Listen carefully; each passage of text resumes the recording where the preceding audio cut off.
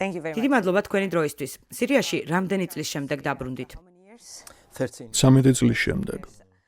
13 წლის შემდეგ. დავიწყოთ ასე. შეგიძლიათ ჩვენს მაყურებელს გაუზიაროთ, რა შთაბეჭდილებებით დაბრუნდით და რა ხდება სირიაში ადგილზე. მე დამასკო 2011 წლის ბოლოს დავტოვე, რადგან საიდუმლო პოლიციამ რამდენიმე დღით დამაკავა. ამის შემდეგ წავედი ქვეყნიდან და პირველად მხოლოდ გასულ თვეს დავბრუნდი. ეს ემოციურად იყო ძალიან მძიმე. სხვადასხვა განცდებთან ერთად ვცდილობდი კვლავ მენახა ჩემი ქალაქი და გამეგო რა ხდება. ცვლილება უზარმაზარია. ჩვენ ვსაუბრობთ რეჟიმზე, რომელიც 54 წელზე მეტი იყო სათავეში. ასადების ოჯახის რეჟიმი. რეჟიმი ჩამოინგრა, სახელმწიფო ინსტიტუტების უმეტესობას ჩამოიშალა, მაგრამ ხალხი მაინც ცდილობს იპოვოს გზა წინსვლისთვის და გადარჩენისთვის. To move forward in the best possible way. We saw really remarkable. ჩვენ გასული წლის დეკემბერში ვიხილეთ ამბოხებულების სწრაფი სვლა დამასკოსკენ და ბაშარ ალ-ასადის რეჟიმის სწრაფი ჩამონგრევა. რა იყო ამის ხელშემწყობი ფაქტორები? I think were the contributing factors. I think there were many contributing factors. ვფიქრობ ამ მომენტამდე მრავალმა ფაქტორმა მიგვიყვანა. ბოლო 5-6 წლეულის განმავლობაში სახელმწიფოსა და საზოგადოებას შორის ურთიერთობა ძალიან დაძაბული იყო და რეჟიმი პოლიტიკურ დევნას საკუთარი გადარჩენისთვის იყენებდა. ბოლო 13 წლის განმავლობაში სირიაში ამბოხი მიმდინარეობდა ბაშარ ალ-ასადის რეჟიმის წინააღმდეგ. ამბოხიდან 2 წლის თავზე რეჟიმი თითქმის ჩამოიშალა, მაგრამ სირიის კონფლიქტში საგარეო ჩარევებმა ასადი გაამაგრა და ძალაუფლების შენარჩუნებაში დაეხმარა. თუმცა ბოლო წლების განმავლობაში ეს ალიანსები შესუსტდა და ამან ამბოხებულებისთვის ახალი შესაძლებლობა შექმნა. ამ პროცესს ხელი ასევე მძიმე ეკონომიკურმა მდგომარეობამაც შეუწყო. მძიმე დაპირისპირების დასრულების შემდეგაც კი ასადმა მოსახლეობას ალტერნატიული ხედვა ვერ შესთავაზა. ამიტომ ისინი კი, ვინც ადრე ამბობდა, რომ ასადი ნაკლები ბოროტებაა, მიხვდნენ, რომ სინამდვილეში ის ყველაზე უარესი ვარიანტია და ცვლილება იყო საჭირო. And to go back to what's on the ground. დაუბრუნდათ ადგილზე არსებულ მდგომარეობას. ჩვენ ვნახეთ ფოტოები და ვიდეოები ციხეებიდან, პოლიტპატიმრები. ბევრი სირიელი მათ შორის თქვენც იძულებული გახდა ქვეყანა დაეტოვებინა. როგორი ახლა მოსახლეობის განწყობა? There is a lot of joy. სიხარულიც არის და ტკივილიც, რადგან როგორც თქვენ აღნიშნეთ, ეს არ არის მხოლოდ ერი, რომელმაც დიქტატურისგან გათავისუფლება მოახერხა. ეს ასევე არის ერი, რომელიც საკუთარ ჭრილობებს ახლა სწავლობს. დამასკოში მაგალითად ტრადიციაა, რომ როდესაც ვინმე იღუპება, მათი ოჯახის წევრები ქუჩებში ცნობის ფურცლებს აკრავენ. ახლა კი ეს ფურცლები ჩნდება იმ ადამიანებისთვის, რომლებიც 1991-92 წლებში დაიღუპნენ. მათი ოჯახები 40 წელზე მეტხანს ელოდნენ, რომ მათი გლოვა შეძლებოდათ. ხალხი კვლავ ეძებს მათ, ვინც გაქრა. ჩვენ ვსაუბრობთ 100,000-ზე მეტ ადამიანზე, რომელიც ასადის ციხეებში ბოლო 10 წლეულის განმავლობაში გაქრა. მათი საფლავების ადგილმდებარეობაც კი უცნობია. ეს არის სიხარულის, ცეკვის, მაგრამ ასევე უსასრულო კითხვებისა და მწუხარების ნაზავი.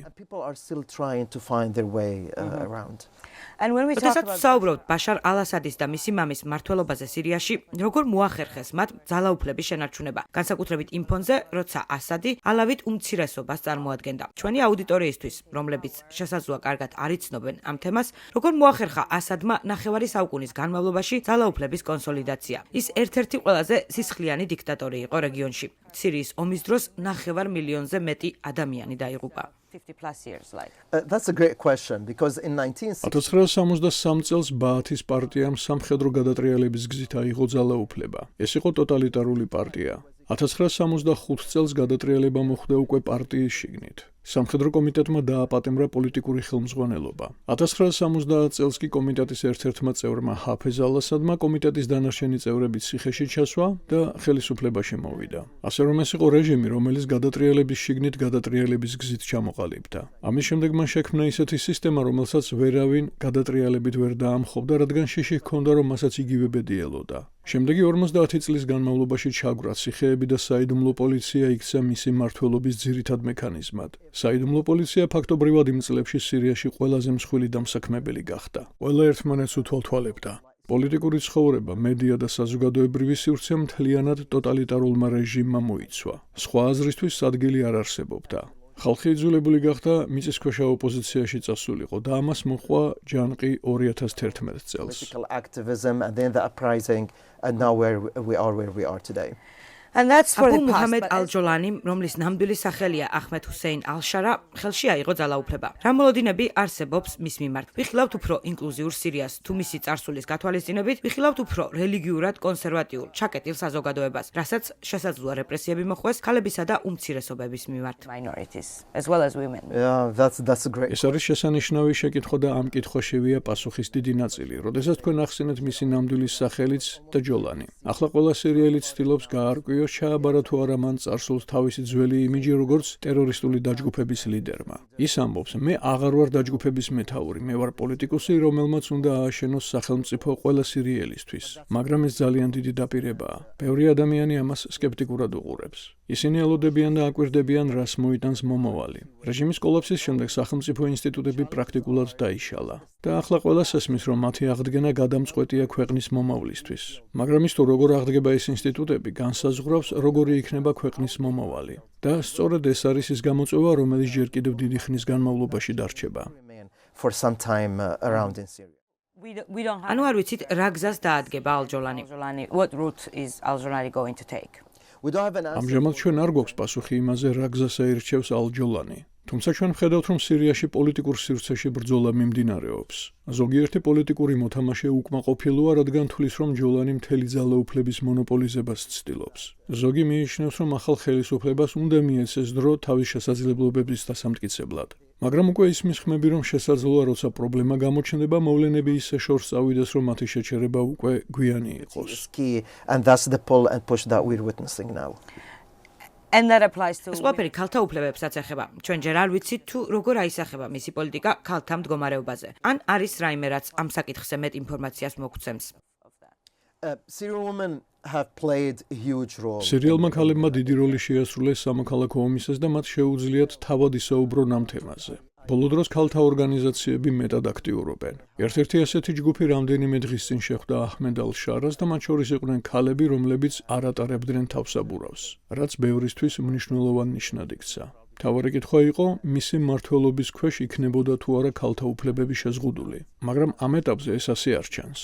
სირიელი ქალები განაგრძობენ ბრძოლას, რათა მათ კუთვნილი ადგილი დაიკავონ საზოგადოებაში. და ვფიქრობ, რომ ისინი ერთ-ერთი მთავარი ძალა იქნება, რომელიც როგორც ტოტალიტარიზმის, ისე რელიგიური ექსტრემიზმის წინააღმდეგ იბრძოლებს. One of the assessments is that რუსეთის ომი უკრაინაში გადამწყვეტი ფაქტორი გახდა სირიაში ამბოხებულების წარმატებისთვის. რუსეთმა ვერ მოახერხა ასადის მხარდაჭერის გაგრძელება იმავე დონეზე, როგორც ადრე. რა როლი ჰქონდა მოსკოვს? latest episode.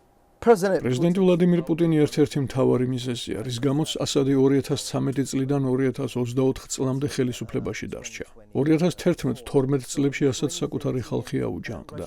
ირანი ჰეზბოლას მეშვეობით დახმარებას უწევდა მას, თუმცა ეს საკმარისი არ იყო. რუსეთი მას ჯერ კიდევ არაპირდაპირ ეხმარებოდა ამ ჯანყის ჩახშობაში და 2015 წელს პირდაპირ სამხედრო ჩარევა დაიწყო სირიაში. განახორციელა გამანადგურებელი საჰაერო დაბომბვები, გაანადგურა ქალაქები, დაიღუპა 10,000-ობით უდანაშაულო მოქალაქე. გაანადგურეს საავადმყოფოები და სკოლები და ამგვარად ასადი ირანის და რუსეთის ალიანსის მეშვეობით კიდევ ერთი 10 წლეული ხელისუფლებაში დარჩა. ბოლო ერთი წლის განმავლობაში სიტუაცია შეიცვალა. ირანი დასუსტდა, რადგან ის კონფლიქტში აღმოჩნდა ისრაელთან, ხოლო მისმა დაფინანსებულმა დაჯგუფებებმა მნიშვნელოვანი დარტყმები მიიღეს. რუსეთი 2022 წლიდან მოყოლებული უკრაინაში ომით არის დაკავებული, რაც მნიშვნელოვნად ზღუდავს მის შესაძლებლობას დაეხმაროს ასადს. ეს ფაქტორები მნიშვნელოვანი იყო იმ შესაძლებლობის შესაქმნელად, რომ სირიის მომავალი ისევ სირიელების გადასაწყვეტი გამხდარიყო, პუტინის და ირანის გავლენის გარეშე. ასეთ ვითარებაში ბაშარ ალ-ასადი ვეღარ გადარჩებოდა. Survive that.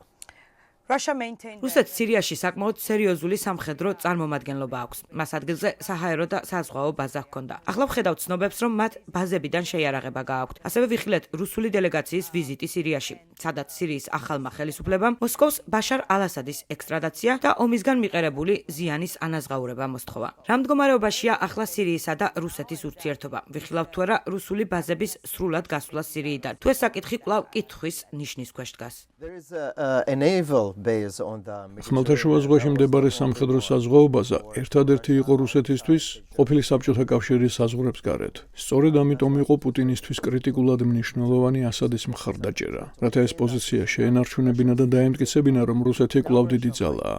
ახლა მოსკოვმა შესაძლოა ეს სტრატეგიული წერტილი დაკარგოს.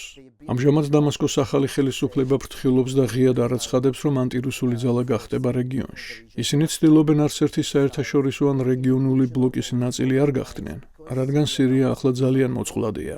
ხელისუფლებას ეშინია, რომ რომელიმე მხარისთვის აშკარა მხარდაჭერა ქვეყნის შიგნით არასტაბილურობას გამოიწვევს.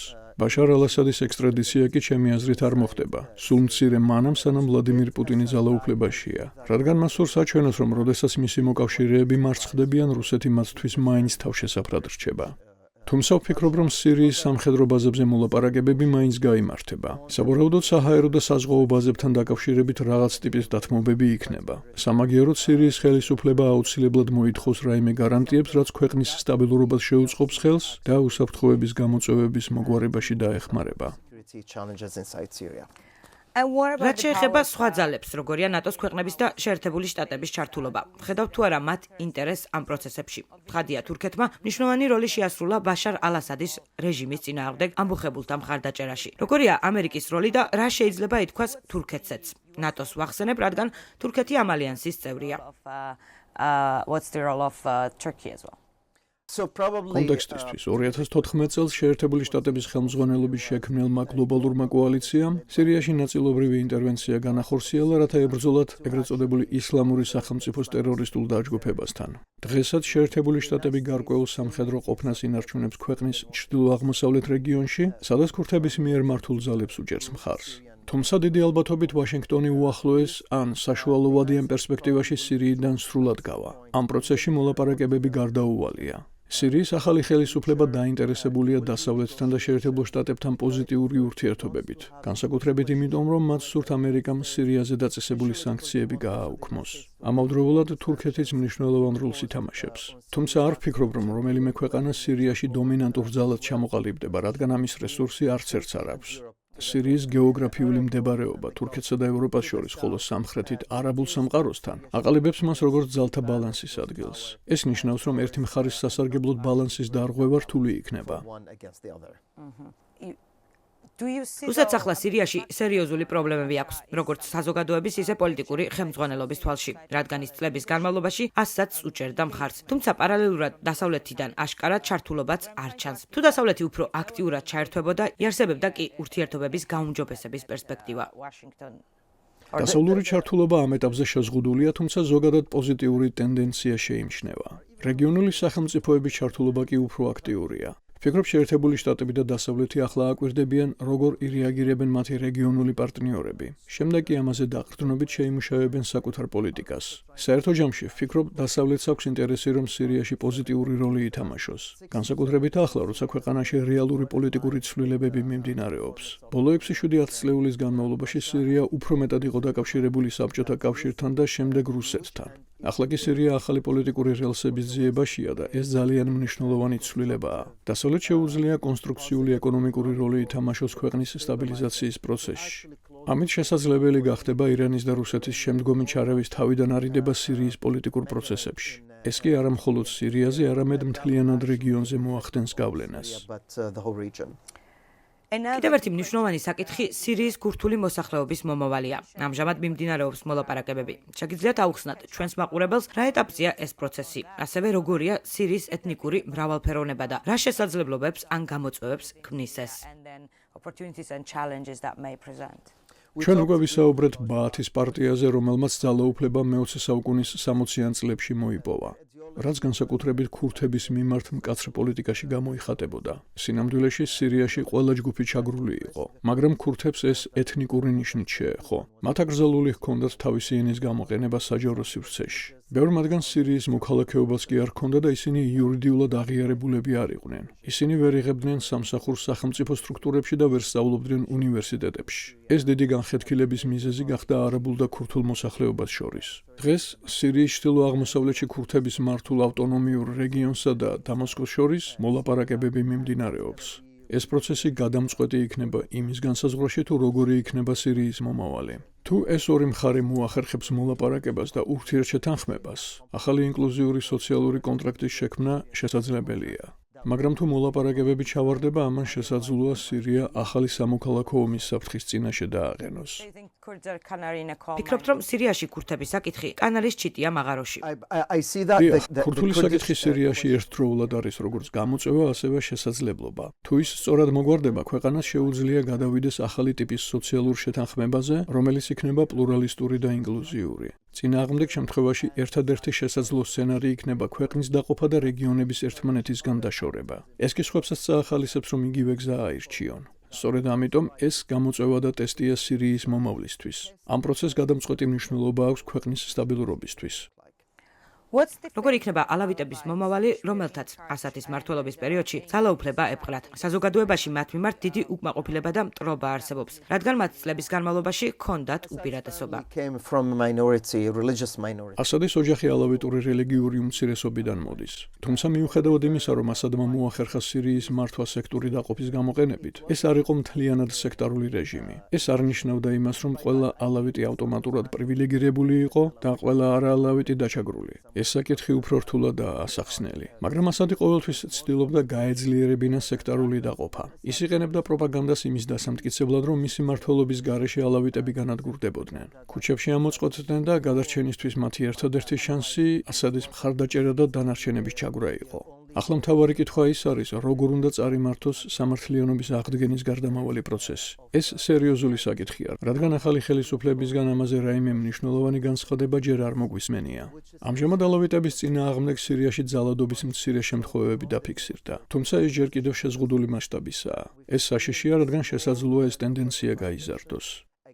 ვფიქრობ, ერთადერთი გზა, რომ ეს არ მოხდეს, არის სამართლებრივი მექანიზმების შემუშავება, რომ რეალური დამნაშავეები სასამართლოს წინაშე წარსდგნენ. ეს უნდა მოხდეს ისე, რომ ხალხს არ ჰქონდეს განცდა, რომ თვითონ უნდა იძიონ შური. თუ ეს არ მოხდება, შესაძლოა ძალადობა ძალადობითვე გაგრძელდეს და უფრო ფართო მასშტაბიან რეპრესიებში გადაიზარდოს. To more violations in the future. And that's on ეს უფრო societal. საზოგადოებრივ დონეზე ხდება, თუ ფიქრობთ, რომ არსებობს სახელმწიფოს მხარდაჭერილი შურისძიება? It's more of ეს უფრო societal. საზოგადოებრივ დონეზე მიმდინარეობს, მაგრამ არიან გარკვეული შეიარაღებული ჯგუფები, რომლებიც სხვადასხვა მხარეს დგანან. დღემდე სირიის სახელმწიფოს არ აქვს ძალადობაზე მონოპოლია. ქვეყანაში მოქმედებს მრავალი შეიარაღებული დაჯგუფება. ამიტომ ახალი ხელისუფლება ცდილობს ყველა შეიარაღებული ძალა ერთ ეროვნულ არმიად გაერთიანდეს. ეს პროცესები მოითხოვს დიდ დროს, მაგრამ ის კრიტიკულად მნიშვნელოვანია. ამასთან აუცილებელია სამართლებრივი სისტემა, რომ დაზარალებულმა ჯგუფებმა, მათ შორის ალავიტებმა, დაინახონ სამართლიანობის პერსპექტივა და დარწმუნდნენ, რომ კანონი დაცული იქნება მათთვისაც. წინააღმდეგ შემთხვევაში შეიძლება ხალხმა თვითნებურად დაიწყოს სამართლიანობის აღდგენა. Don't need to actually go and take things into their own matter. Considering all მიუხედავად ამ სირთულეებისა, თქვენ დაბრუნდით სახლში 13 წლის თავზე. სირიის მომავალს იმედით უყურებთ? after 13 years, what's your hope for the future of Syria? I have huge hope for მე დიდი იმედით ვუყურებ სირიის მომავალს და ეს იმედი იმავე მასშტაბისაა, როგორც ის ტკივილი, რომელიც სირიელმა ხალხმა გადაიტანა. სირიელებმა უზარმაზარი ფასი გადაიხადეს, რომ აქამდე მოსულიყვნენ. სირიელები ყველა დონეზე დაიტანჯდნენ. პიროვნულად, ეროვნულ დონეზე, ადგილობრივ დონეზე, მაგრამ ახლა მათ მხოლოდ მინიმალური სტაბილურობა კი არ სჭირდება. არამედ მას სჭირდება ძლიერი და აყვავებული სახელმწიფო. ქვეყანას, რომელიც ომს გადაურჩა, შეუძლია გახდეს მაგალითი მსოფლიოსთვის, თუ როგორ შეიძლება კონფლიქტის შემდეგ ქვეყნის აღდგენა.